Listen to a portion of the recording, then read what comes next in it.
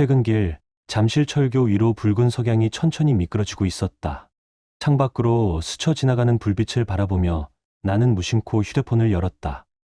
그 안에는 지은이와 소율이가 함께 웃고 있는 사진이 있었다. 지난주 한강공원에서 찍은 사진이었다. 솜사탕을 두 손에 쥔 소율이는 입가에 설탕을 묻힌 채 활짝 웃고 있었고, 지은이는 머리를 넘기며 그 옆에서 아이를 품에 안고 있었다. 그 평범한 사진 한 장 속에는 내가 지켜온 모든 것이 담겨 있었다. 회사에서 아무리 힘든 하루를 보내도 현관문을 열며 다녀왔어. 한마디를 내뱉는 순간 모든 피로가 사라졌다. 소율이가 달려와 내 다리를 끌어안고 지은이가 부엌에서 오늘도 고생했어요 하며 따뜻한 밥상을 내놓을 때면 세상의 소음이 멀어졌다. 그 시간은 하루의 끝이자 나를 사람으로 되돌려주는 의식이었다. 우리는 매일 같은 식탁에서 밥을 먹고 같은 창문 너머 불빛을 보며 하루를 정리했다. 반복되는 일상이었지만 그 반복이 우리를 지탱했다. 그 평범함 속에 우리의 온기가 있었다. 저녁 식사 후 소율이는 유치원에서 그린 가족 그림을 꺼내 들었다.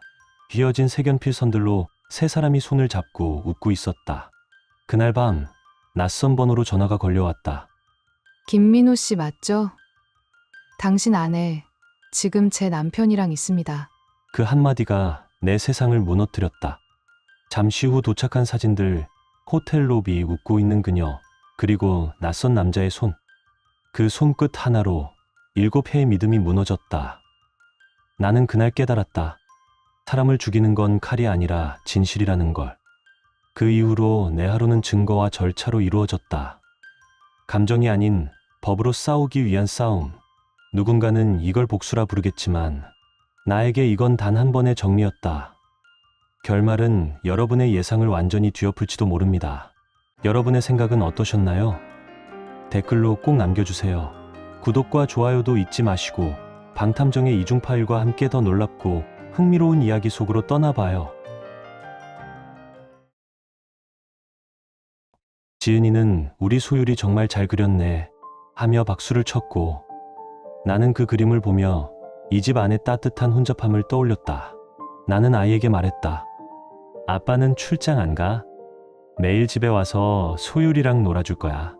아이는 그 말에 웃었고 나는 그 웃음을 믿었다. 주말이면 잠시의 롯데마트에서 장을 보고 한강을 산책했다. 지은이는 종종 내게 물었다. 우리 정말 행복하죠? 그 질문을 들을 때마다 나는 대답 대신 웃었다. 그 행복이 너무 당연하다고 믿었기 때문이다. 큰 집도 많은 돈도 없었지만 밤마다 소율이의 웃음소리와 지은이의 손끝 온기가 있는 한 충분했다. 그날 밤 지은이는 내 품에서 속삭였다. 당신이 있어서 행복해.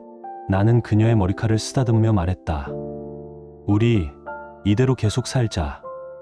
그때 나는 믿었다. 이 일상이 영원할 거라고. 지은이는 늘 내가 소율이와 놀아주는 모습을 보며 미소를 지었다. 그 미소를 볼 때마다 하루의 피로가 녹아내렸다. 나는 그런 사소한 순간들이 쌓여 우리 가족만의 추억이 되어 간다고 믿었다. 하지만 그 믿음은 어느 날부터 조금씩 금이 가기 시작했다. 지은이가 어느 날부터인가 말했다.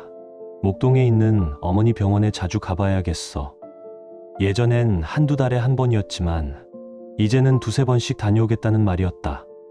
나는 처음엔 효심 깊다고 생각했다. 결혼 후에도 친정을 챙기는 그 모습이 보기 좋았다. 그런데 이상했다. 예전엔 병원에 다녀오면 장모님의 건강이나 의사 말을 전해주곤 했는데 요즘은 아무 말이 없었다.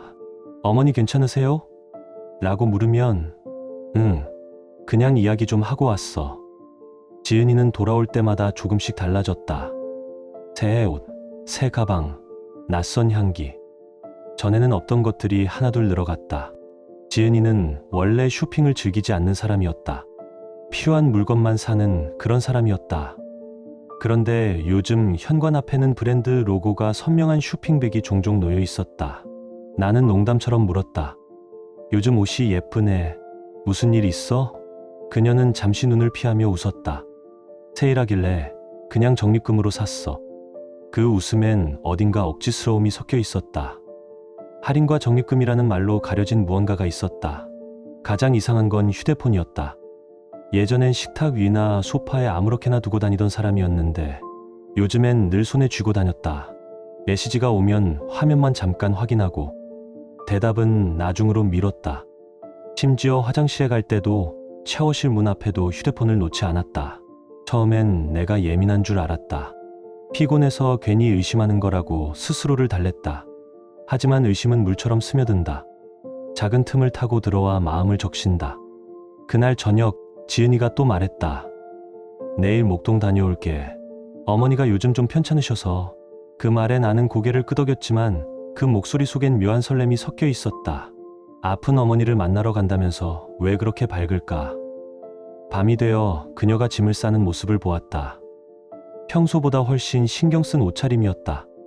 병문안을 간다는 사람의 옷차림이라기엔 지나치게 세련되고 거울 앞에 서서 머리를 매만지는 손끝이 낯설었다.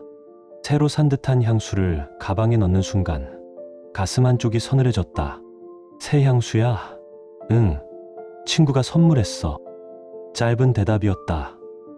그런데 그 짧은 대답 속엔 설명할 수 없는 무게가 있었다. 나는 더 묻지 않았다. 확신 없는 의심은 증거가 아니라 상처만 남기니까. 하지만 그날 이후 나는 모든 걸 기록하던 마음속에 새기기 시작했다. 그녀의 옷차림, 말투, 향기, 걸음 하나까지 모든 장면이 하나의 의문으로 이어졌다. 그리고 결국 그 불안은 실체를 드러냈다. 어느 밤 지은이가 샤워를 하러 들어간 사이 거실 탁자 위에 놓인 휴대폰이 진동했다. 평소 같으면 신경도 쓰지 않았을 것이다. 하지만 그날은 달랐다. 손끝이 스스로 움직였다. 잠금화면 위로 낯선 이름이 떠올랐다. 재즈. 지은이의 연락처 목록에서 본 적 없는 이름이었다. 친구나 친척 중에서도 그런 별명으로 불리는 사람은 떠오르지 않았다. 호기심이 불안으로 바뀌는 데 걸린 시간은 몇 초에 불과했다. 메시지 내용은 보이지 않았지만 그 이름 하나가 내 머리를 채웠다. 잠시 후 욕실 문이 열리고 물방울이 바닥에 튀었다. 지은이는 수건으로 머리를 닦으며 휴대폰을 집어들었다. 순간 멈칫하더니 재빨리 화면을 밀어 답장을 보냈다. 나는 평온한 척 목소리를 낮춰 물었다. 누구야?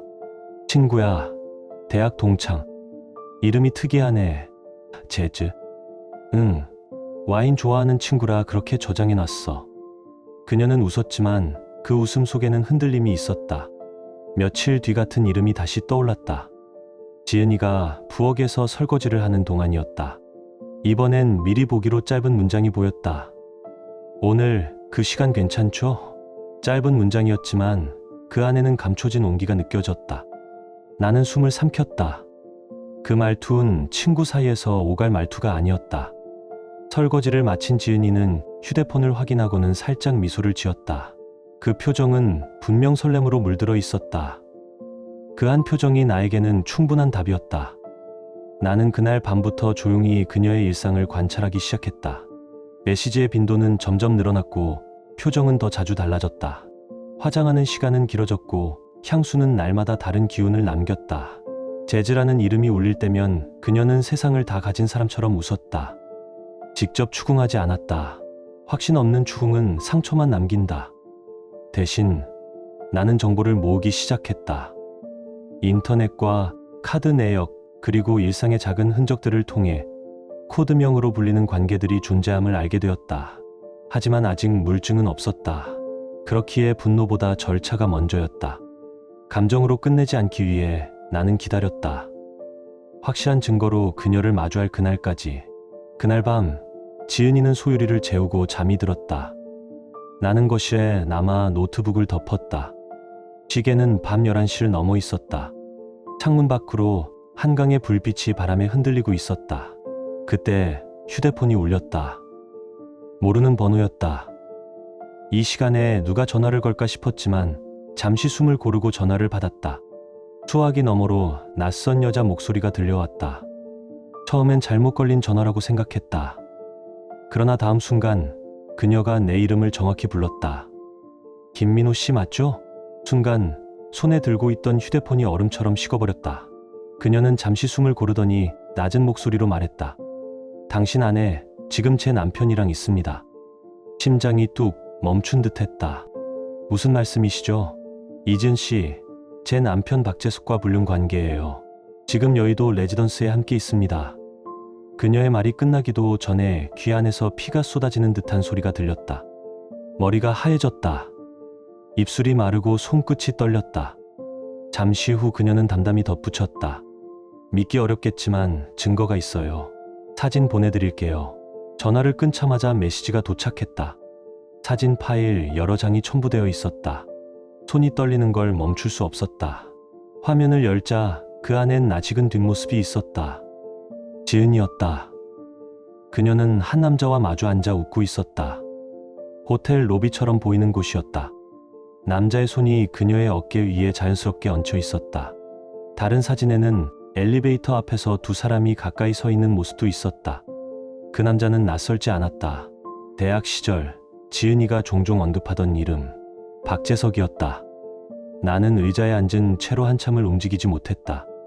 7년 동안 함께 웃던 얼굴이 다른 남자의 옆에서 웃고 있었다.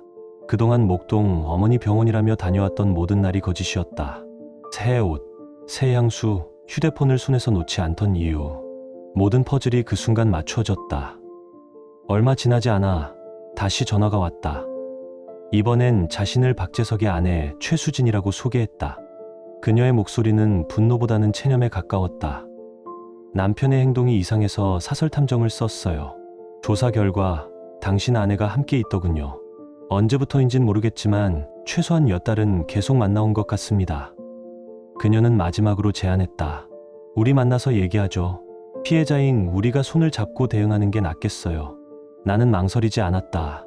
이제 혼자 감당할 수 있는 일이 아니었다. 통화를 끊고 방 쪽으로 향했다. 문틈 사이로 지은이가 보였다. 평온한 얼굴로 자고 있었다. 그 얼굴을 보는 순간 분노가 가슴 깊은 곳에서 끌어올랐다. 나는 그 시간에 무너지고 있었는데 그녀는 아무렇지 않게 잠들어 있었다. 그녀는 나를 속였다. 딸을 재운 뒤 나에게 보였던 미소, 그 평온한 표정마저 이제는 연기였다. 같은 식탁에서 밥을 먹고 같은 창문을 보며 하루를 마감했지만 그녀의 마음은 이미 다른 곳에 있었다. 그 사실이 나를 가장 무너뜨렸다. 다음 날 나는 최수진과 연락을 주고받았다. 그녀는 이미 많은 자료를 확보하고 있었다. 호텔 투숙 기록, 식사 영수증, 카드 결제 내역, 그리고 여행지 예약 경보까지 모든 증거가 명확했다. 두 사람은 몇 달 동안 지속적으로 만나왔고 거짓말은 그들의 일상이 되어 있었다. 최수진이 내민 폴더 안에는 날짜와 금액이 빼곡히 적힌 영수증, 호텔 체크인 기록, 카드 사용 내역이 정리되어 있었다. 한 장 넘길 때마다 속이 텅 비어갔다. 지은이가 목동 다녀올게 말하던 주말마다 그녀는 여의도 레지던스나 청담 근처 호텔에 있었다. 어머니 병문안이라는 말은 완벽한 위장이었다. 최수진은 담담히 말했다. 김민호 씨, 아내분의 기기에서도 확인해 보세요. 검색 기록이나 카카오톡 대화, 카드 내역에도 흔적이 남아 있을 겁니다. 그 말이 귓가에 오래 남았다. 다음 날 지은이가 소율이와 마트에 간 틈을 타 집 안을 살폈다. 책상 위 노트북을 열었다. 검색 기록에는 호텔 뷰 좋은 곳, 부산 데이트 코스가 반복되어 있었다. 그 아래엔 남자 향수 추천, 선물 포장법, 커플 반지 같은 단어들이 줄지어 있었다. 그건 분명 나를 위한 게 아니었다. 카드 사용 내역을 확인하자 날짜가 정확히 맞아떨어졌다. 그녀가 목동 간다고 했던 날마다 호텔 결제 기록이 있었다. 식사 내역은 고급 레스토랑, 예약자 이름은 이지은, 냉장고 속 장보기 영수증보다 훨씬 비쌌다. 하지만 가장 결정적인 건 휴대폰이었다. 그날 밤 지은이가 샤워하러 간 사이 나는 잠시 화면을 열었다. 그리고 그곳에서 모든 의심이 끝났다. 재즈와의 대화창. 그 사람 아직도 모르는 눈치야. 소율이 얘기할 때마다 미안하긴 하지만 난 당신이 더 좋아. 조만간 정리할게. 조금만 기다려줘. 손끝이 차가워졌다. 심지어 나를 조롱하는 문장도 있었다. 그 사람 세상 순진하네. 그래서 더 편해. 절대 눈치 못 챌 거야. 그 몇 줄의 문장이 그 어떤 폭력보다 잔인했다. 나는 조용히 휴대폰을 내려놓았다. 단어 하나하나가 살점처럼 붙어왔다. 심장이 식어가는 동안 나는 손끝으로 화면을 다시 열고 그 모든 대화를 사진으로 저장했다. 그녀의 거짓말이 이제는 증거가 되었다. 이튿날 최수진을 다시 만났다. 우린 조용한 카페 구석에 마주 앉았다. 그녀는 이미 변호사 상담을 마쳤다고 했다. 불륜 증거가 확실하면 위자료뿐 아니라 재산 분할에서도 주도권을 잡을 수 있어요. 나는 고개를 끄덕였다. 저도 준비하겠습니다. 그날 이후 우리는 매일 연락하며 계획을 세웠다. 두 사람의 행적을 추적하고 타이밍을 맞춰 동시에 공개하기로 했다. 분노로 움직이지 말자, 절차로 끝내자, 그렇게 약속했다. 밤마다 나는 연기를 해야 했다. 모든 걸 알고 있으면서도 아무 일 없는 남편처럼 대했다. 식탁에서 마주 앉아 밥을 먹고 아이 앞에서는 웃었다. 지은이가 내게 오늘도 고생했어요. 라고 말할 때마다 속으로 되뇌었다. 이 웃음 곧 끝날 거야. 최수진과 나는 완벽한 계획을 세웠다. 그들이 우리를 속였던 방식 그대로, 차가운 얼굴로, 계산된 타이밍으로 그들의 세계를 뒤집어 놓을 작전을. 그녀는 심리전을 제안했다. 이제 그들도 우리처럼 불안해야 해요. 그래야 실수를 합니다. 나는 잠시 생각하다 고개를 끄덕였다. 분노 대신 전략, 감정 대신 절차였다.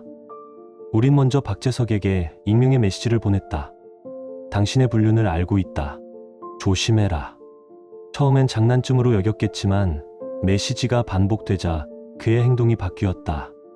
최수진의 말에 따르면 그는 밤마다 휴대폰을 손에서 놓지 못했고 출퇴근길에도 누군가 자신을 지켜보는 듯 주변을 두리번거렸다. 며칠 뒤 이번에는 지은이에게 보냈다. 당신이 누구와 만나는지 알고 있다. 남편에게 말하기 전에 스스로 정리하라. 메시지를 받은 그날 밤 지은이는 완전히 흔들렸다. 집에 돌아와서도 휴대폰을 손에 쥔 채 멍하니 앉아 있었다.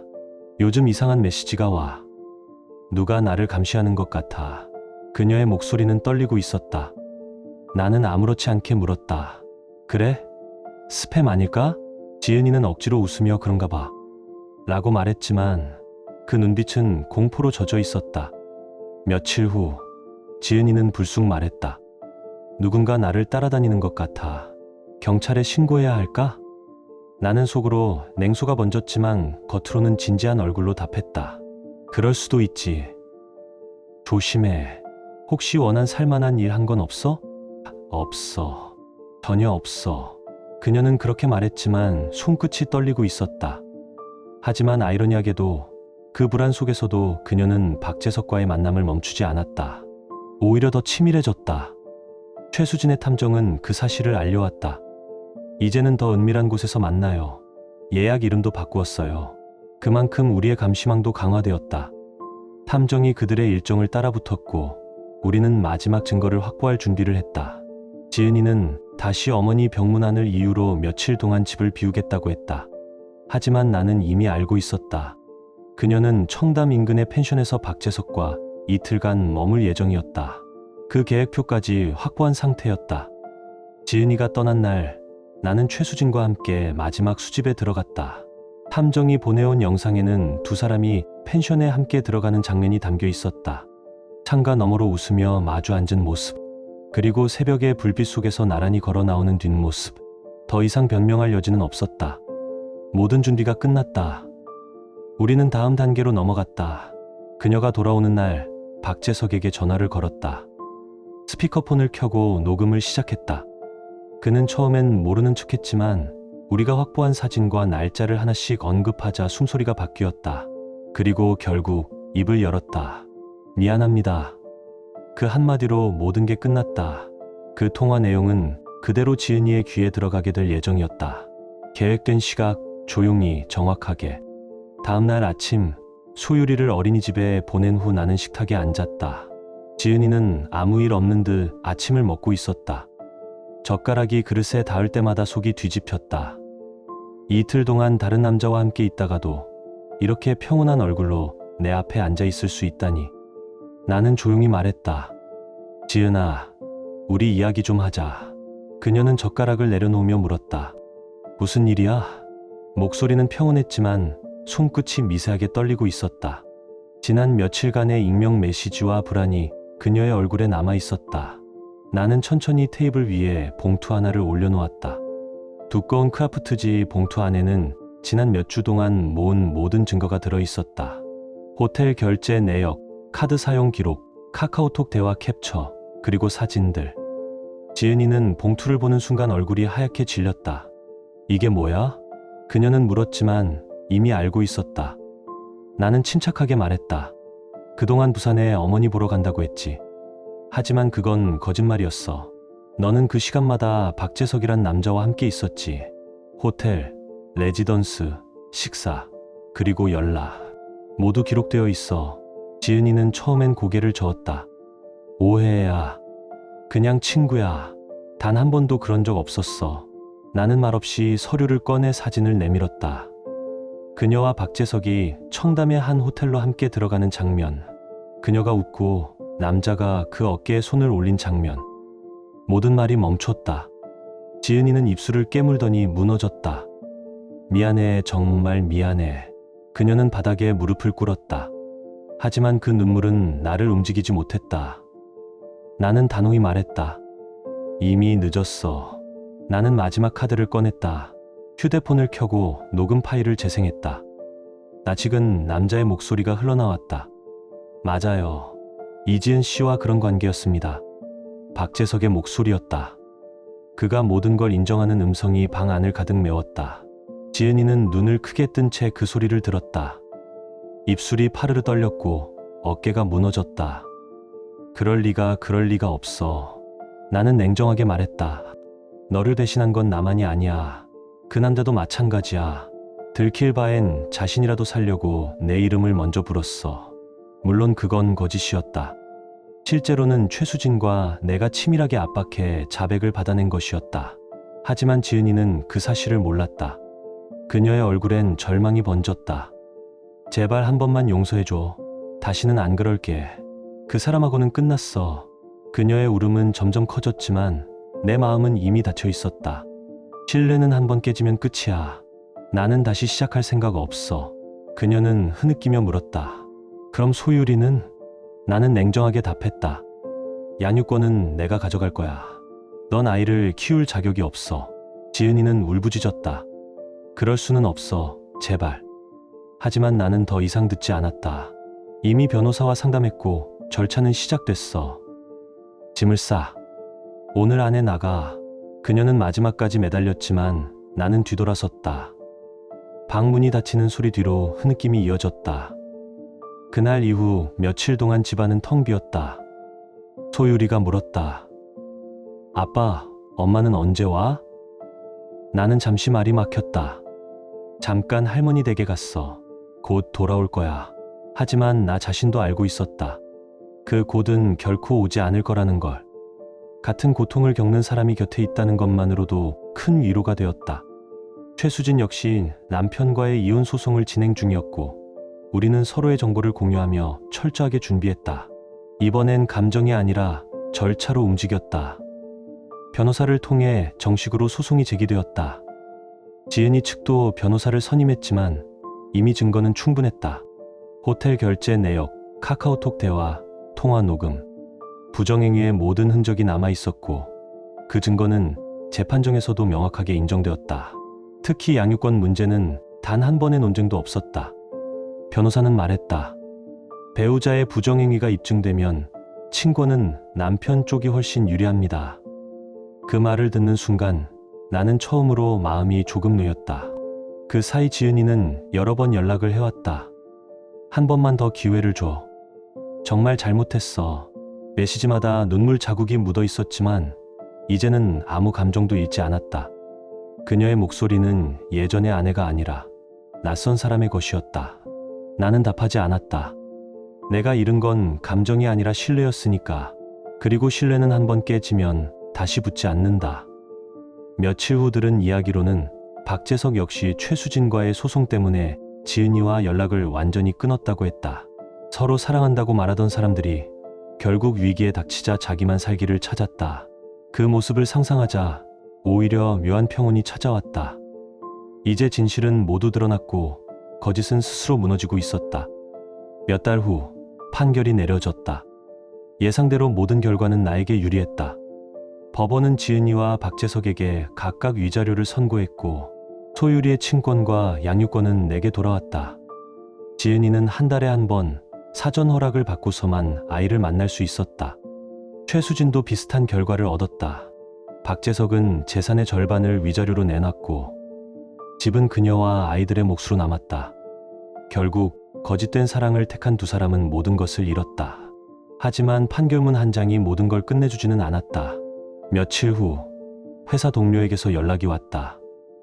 그 일 뉴스 기사로도 돌았어요. 커뮤니티에도 글이 올라왔대요. 블라인드와 지역 맘카페에 여의도 레지던스 불륜 사건이라는 제목의 글이 떠돌았다.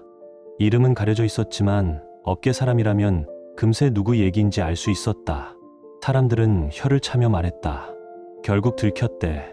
그렇게 멀쩡해 보이더니 세상은 늘 그렇게 잔인했다. 누군가의 불행은 잠시의 구경거리에 불과했다. 얼마 후 들려온 소식은 더욱 처참했다. 지은이는 회사를 그만뒀고 청담 근처 월세방으로 이사했다. 친구들도 하나둘 연락을 끊었다고 했다. 한때 늘 미소 짓던 그녀가 지금은 노량진의 작은 원룸에서 콜센터 아르바이트를 한다는 말을 들었다. 하얀 조명 아래 낯선 사람들의 불만 전화를 받으며 하루를 버티고 있을 모습을 상상하자 이상하게도 가슴이 쉬었다. 동정은 아니었다. 그저 인연이란 게 얼마나 쉽게 흩어지는지를 깨달았을 뿐이다.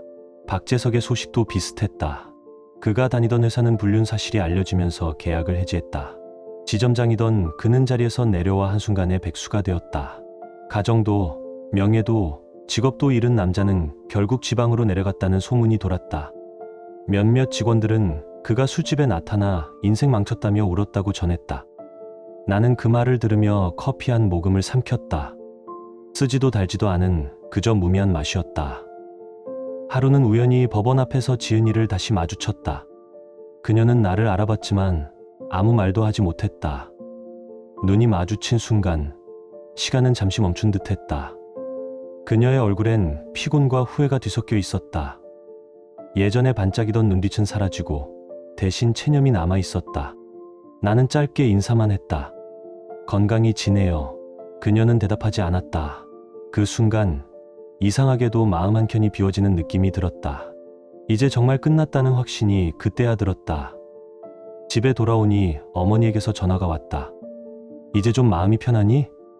나는 잠시 침묵했다. 응, 편해졌어. 하지만 인생이 이렇게 쓸 줄은 몰랐어요. 그 말이 입에서 나오는 순간 묘한 해방감이 밀려왔다. 그날 밤 오래된 사진들을 정리했다. 결혼식 사진, 소유리가 돌잔치 때 웃던 사진, 그리고 셋이 함께 웃고 있던 마지막 가족 사진. 사진 속에 나는 행복해 보였지만 그 행복이 얼마나 쉽게 부서질 수 있는지 이제는 안다. 사진 한 장 한 장을 상자에 넣으며 스스로에게 말했다. 이건 끝이 아니라 정리야. 그리고 마지막 한 장을 봉투에 넣을 때 창밖으로 비가 내렸다. 빗소리가 낡은 기억 위를 천천히 덮었다. 며칠 후 회사 후배가 말했다. 선배, 요즘 얼굴이 좀 달라졌어요.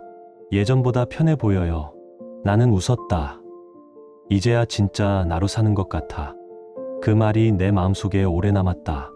복수는 법정에서 끝났지만 진짜 회복은 그 후부터 시작이었다.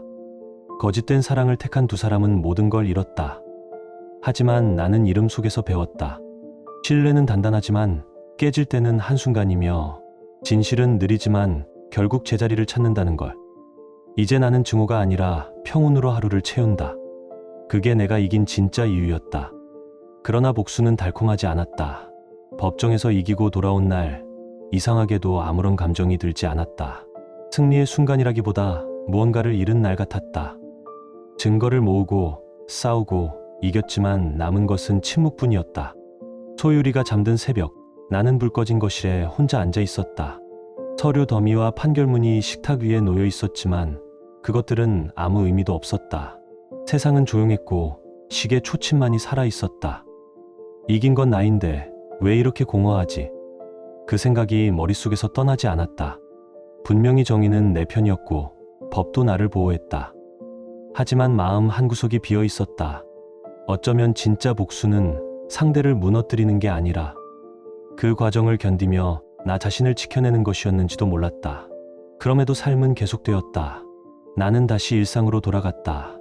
회사에 복귀했고 매일 같은 시간에 일어나 도시락을 싸고 소유리의 손을 잡고 어린이집에 데려다 주었다.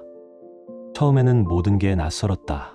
아침마다 식탁에 한 명이 빠져 있다는 사실이 생각보다 훨씬 크게 느껴졌다. 하지만 사람은 적응의 동물이었다. 빈자리에 익숙해지는데 그리 오래 걸리지 않았다. 퇴근 후 집에 돌아오면 소유리가 문 앞에서 기다리고 있었다. 아빠 왔다. 그 말 한마디에 하루의 피로가 녹아내렸다. 이제는 더 이상 가족이 아니라 우리 둘이었지만 그 둘만으로도 세상에 맞설 수 있을 것 같았다. 회사에서도 많은 이들이 조심스레 위로했다. 누군가는 내게 술 한 잔을 권했고 또 누군가는 그저 아무 말 없이 내 어깨를 두드렸다. 나는 감사했다. 그들의 말보다 침묵이 오히려 위로가 되었다. 시간은 그렇게 천천히 나를 인간으로 되돌려 놓았다. 유연 근무 덕분에 아이와 함께하는 시간이 늘어났다. 저녁마다 소유리와 손을 잡고 근처 공원을 걸었다. 가을이 오자 낙엽이 길 위에 쌓였고 아이는 그 위를 밟으며 웃었다. 아빠, 이 소리 들어봐. 바스락바스락. 나는 그 웃음소리를 들으며 생각했다. 복수도 분노도 결국엔 이 한 웃음을 되찾기 위한 과정이었을 뿐이라고. 소유리에게는 천천히 진실을 이야기했다. 엄마는 멀리 가 있었어. 하지만 너를 사랑하지 않은 건 아니야. 그 아이는 잠시 고개를 숙이다가 말했다. 괜찮아, 아빠. 나랑 있잖아. 그 한마디에 눈물이 났다. 아이는 이미 어른보다 단단해져 있었다. 그 후 몇 번 지은이로부터 편지가 왔다. 손으로 쓴 짧은 문장들이었다. 소율이 얼굴이 보고 싶다. 미안하다. 정말 많이 후회한다. 나는 답하지 않았다. 편지는 책상 서랍 맨 아래에 넣어두었다. 용서할 수도 완전히 잊을 수도 없었기 때문이다. 박재석에 대한 소식은 들리지 않았다. 회사에서 쫓겨났고 몇 번 이직을 시도했지만 모두 실패했다는 얘기만 전해 들었다. 지은이는 어딘가에서 홀로 살고 있다고 했다. 둘 다 세상에서 멀어진 채 서로를 원망하며 버티고 있을 것이다. 나는 더 이상 알고 싶지 않았다. 그들의 삶을 쫓는 건 또 다른 감정의 낭비였다. 대신 나는 새로운 루틴을 만들었다. 주말마다 소유리와 함께 시장에 갔다. 싱싱한 채소를 고르고 함께 요리를 했다. 아빠, 오늘은 내가 김치전 뒤집을래. 밀가루가 흩날리고 부엌은 엉망이 되었지만 괜찮았다. 그 어질러진 부엌이 이제는 행복의 풍경이었다. 밤이면 창가에 앉아 불빛을 바라보았다. 한강 건너편의 빌딩들은 여전히 반짝였다. 예전엔 그 불빛 속에 지은이의 얼굴을 찾곤 했다. 이제는 아니다. 이젠 그 불빛이 나와 소유리의 내일을 비춰주는 것 같았다. 가끔은 외로움이 찾아왔다. 누군가와 대화하고 싶을 때, 문득 손에 잡히는 사람이 없을 때, 그 공허함은 낯설 만큼 현실적이었다. 하지만 그 외로움마저도 나를 단단하게 만들었다. 누군가를 믿지 않아도 되는 평화. 그건 내가 이제야 배운 진짜 행복이었다. 그 후 나는 작은 변화를 주기 시작했다. 주말마다 봉사활동을 나갔고 혼자 사는 노인들에게 도시락을 배달했다. 그들이 내게 건넨 한마디, 고마워요. 그 말 속에서 오래전 잃어버린 인간다움을 되찾았다. 시간은 그렇게 흘렀다. 상처는 여전히 남아 있었지만 더 이상 피를 흘리지 않았다. 소유리는 어느새 초등학교에 들어갔고 아침마다 교문 앞에서 손을 흔들며 말했다. 아빠, 다녀올게. 그 순간마다 나는 생각했다. 지금 이 평범한 하루가 과거 그 어떤 화려한 날보다 소중하다는 것을. 언젠가 다시 사랑할 수 있을까? 그건 아직 모르겠다. 하지만 언젠가 누군가가 내 상처를 있는 그대로 봐준다면 그땐 두려워하지 않으리라. 사랑은 완벽한 사람을 찾는 게 아니라 상처를 감싸 안을 용기를 배우는 일이라는 걸 이제는 안다. 오늘도 퇴근길, 한강을 건너며 창밖을 바라봤다. 노을이 물든 하늘 아래 도로 위에 불빛이 길게 이어졌다. 그 순간 문득 떠올랐다. 그날 모든 게 무너졌다고 생각했던 시간 이후로도 이 세상은 여전히 이렇게 아름답게 흘러가고 있다는 걸. 나는 더 이상 속지 않는다. 그리고 이제 웃을 수 있다. 그 웃음은 누구에게 보이기 위한 게 아니라 오롯이 나와 딸을 위한 조용한 회복의 미소였다. 지금 당신의 마음은 어떤가요? 이야기를 읽으며 떠오른 감정이나 생각이 있다면 댓글로 나눠주세요. 당신의 진심 어린 한마디가 누군가에겐 큰 위로가 될 수 있습니다.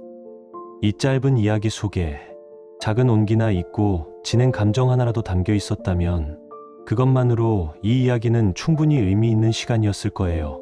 좋아요와 구독 그리고 공유는 이런 따뜻한 이야기가 더 많은 사람의 하루에 조용히 스며들 수 있는 힘이 됩니다. 함께 해주셔서 고맙습니다. 당신의 하루에도 조용한 평안과 따뜻한 사람이 함께하길 진심으로 바랍니다.